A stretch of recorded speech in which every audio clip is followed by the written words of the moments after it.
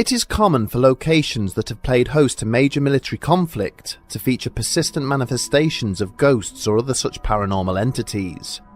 But the Japanese island of Okinawa is the site of a somewhat disproportionate number of supernatural sightings. Join us this week as we walk amongst the ghosts of Kadena Airbase.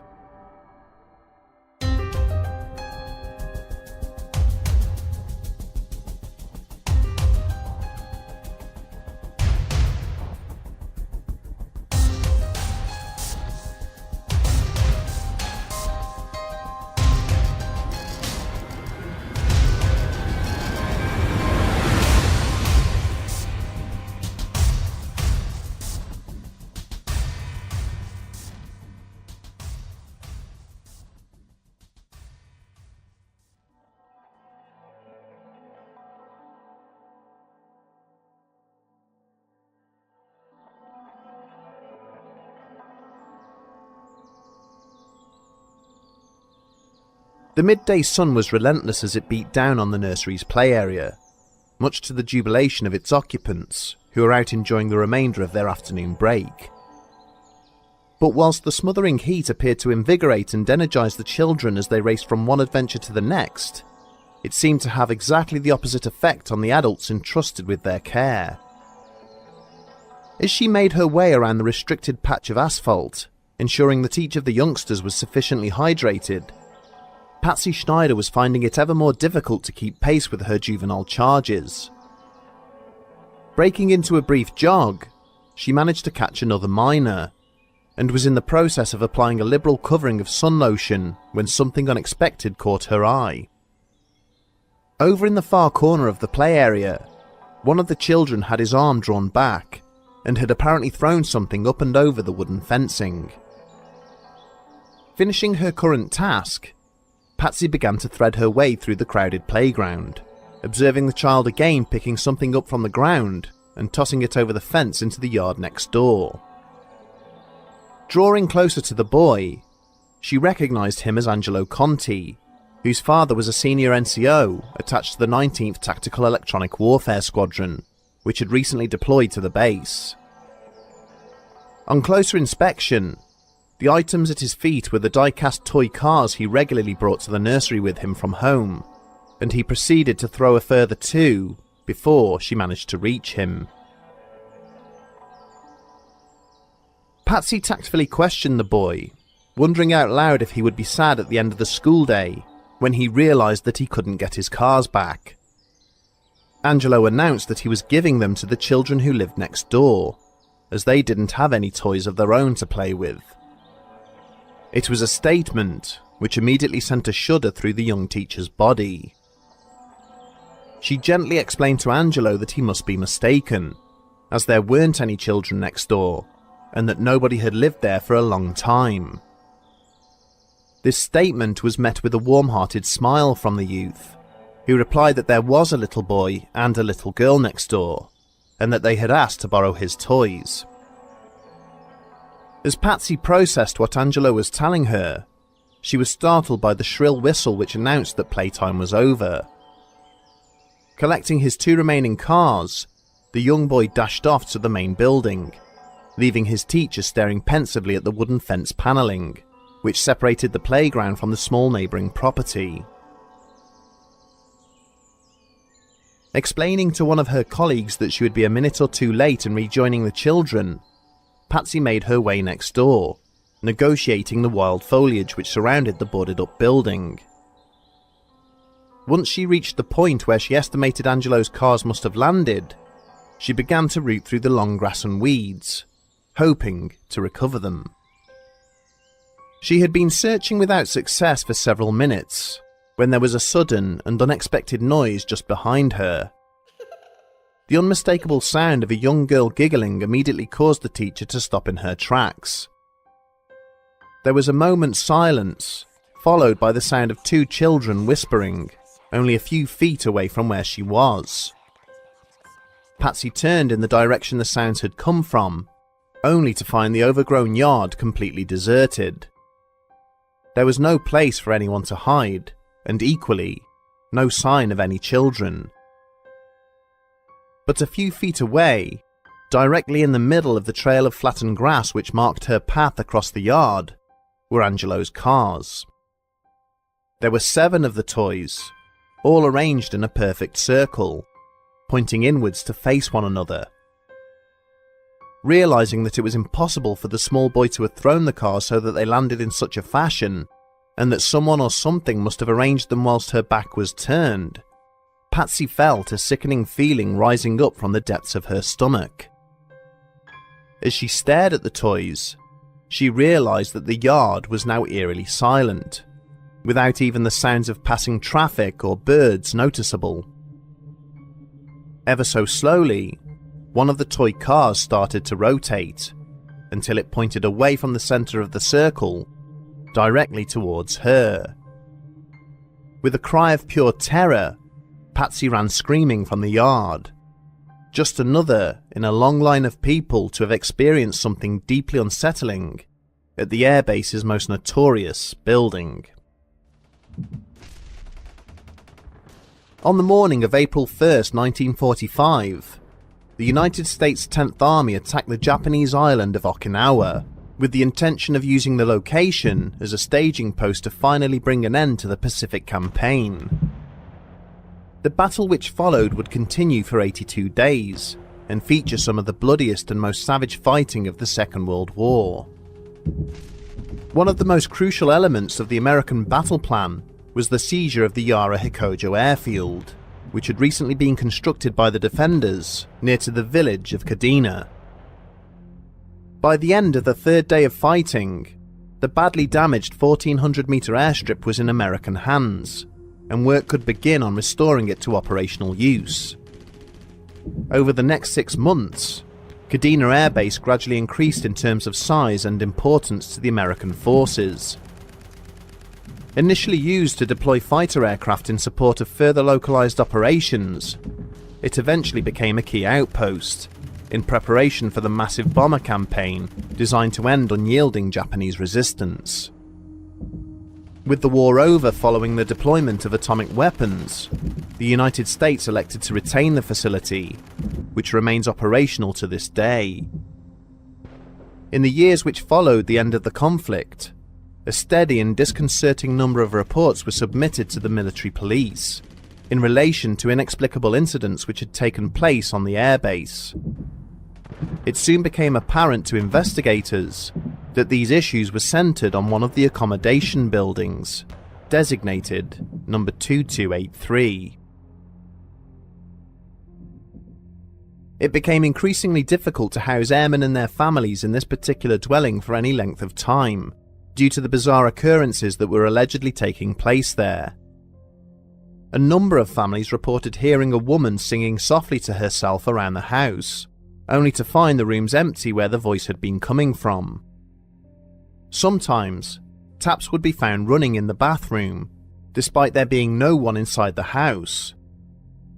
One resident even reported encountering the ghost of a young Japanese woman washing her hair in the bath, who promptly vanished when he tried to communicate with her.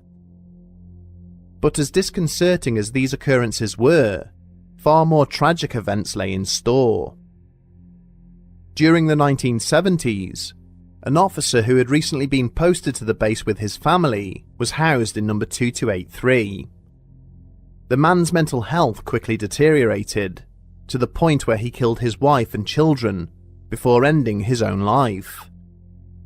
This horrific incident subsequently led to an immediate increase in the number of reports of paranormal activity at the dwelling, to the extent that nobody was prepared to live there. Neighbours reported that the phone inside the house could be heard ringing at all hours of the day, only for the staff who were sent to disconnect it to discover that it had already been removed, and there was no longer even a phone inside. On a number of occasions, military police officers who were driving past the address at night noticed an unnatural glow coming from behind its drawn curtains, and were inevitably unable to locate the source of this light when they then entered. During one such encounter, a lone MP was dispatched to number 2283 one evening, following a report that bangs and clattering noises had been heard inside.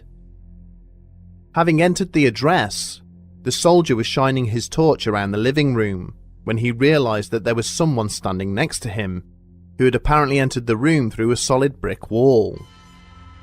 As he spun round, the light from his torch illuminated a Japanese soldier, clad in ornate battle armour.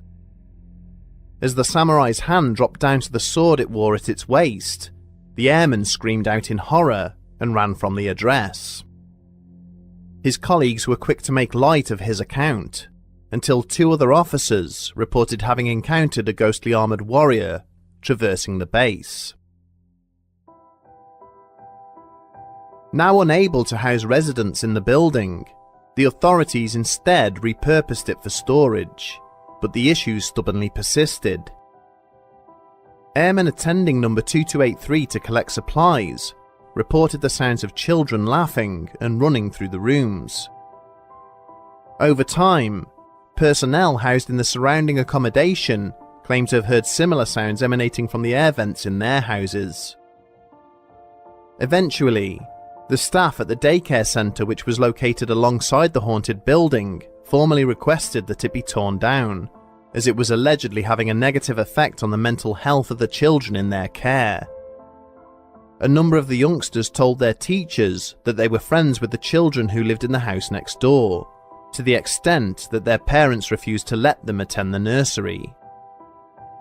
The base commander eventually acceded to the demand, and ordered that the building be demolished so as to extend the play area of the nursery.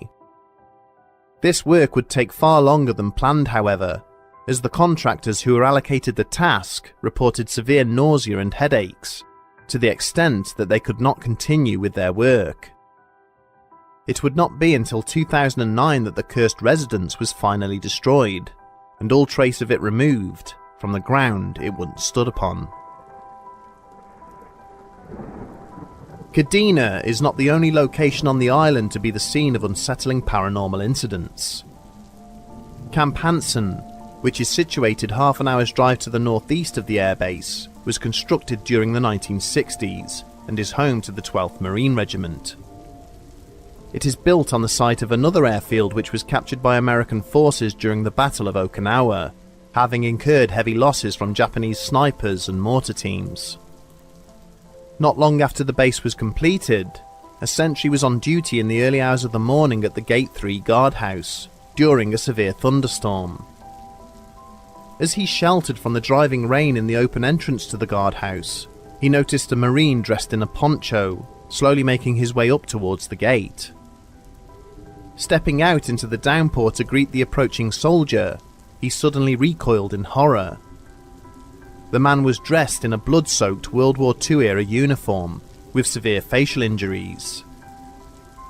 As he reached out with one blood-slicked hand towards the sentry, there was a flash of lightning, and then he was gone, leaving no trace that he had ever existed. The ghost of the unknown soldier continued to visit Marines who were allocated overnight guard duties at Gate 3. On one occasion, a terrified young sentry felt a tap on his shoulder and turned to find the bloodied Marine holding a cigarette out in front of him, asking for a light. Eventually, the base authorities decided to close down the Gate 3 guardhouse and keep the gate itself secured at all times. Banyan Tree Golf Course is located a stone's throw from Kadena Airbase, and was the site of a Japanese field hospital during the war. Down by the beach there is a cave which few local residents are brave enough to enter, where the sounds of crying and wailing have been heard echoing out across the water. A number of nurses from the hospital are believed to have taken their own lives there, out of fear of the invading American forces, and the deaths of several local swimmers have been attributed to their vengeful souls. A similar phenomenon has been reported to the north at Maida Point, the site of another wartime field hospital. Over the years, spectral figures have been observed throwing themselves from the cliff tops, but vanishing in mid-air and never landing in the swirling waters below. It is believed these are also the spirits of Japanese soldiers, who elected to take their own lives in order to avoid capture. Several of these alleged spirits have been captured on film, by tourists who are visiting the picturesque location. Can it be that these manifestations are somehow linked to the protracted battle which took place there nearly 80 years before? Given the proximity of these apparitions to sites which played key roles during the conflict, it is difficult to argue that there is not some form of mysterious connection between the wartime events and these modern-day hauntings. The sheer scale of suffering which took place during the invasion of Okinawa set it aside from similar battles in the campaign. Its own losses aside, the 10th Army documented over 140,000 bodies in the aftermath of the operation, of which nearly a third were civilians. Controversy still rages over the number of these victims who were either forcibly deployed against the American forces or executed by the Japanese army for refusing to fight.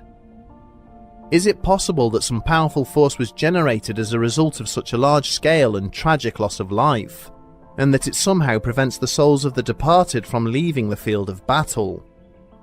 Or are the individuals who refuse to move on to the afterlife unable to do so out of confusion or even anger?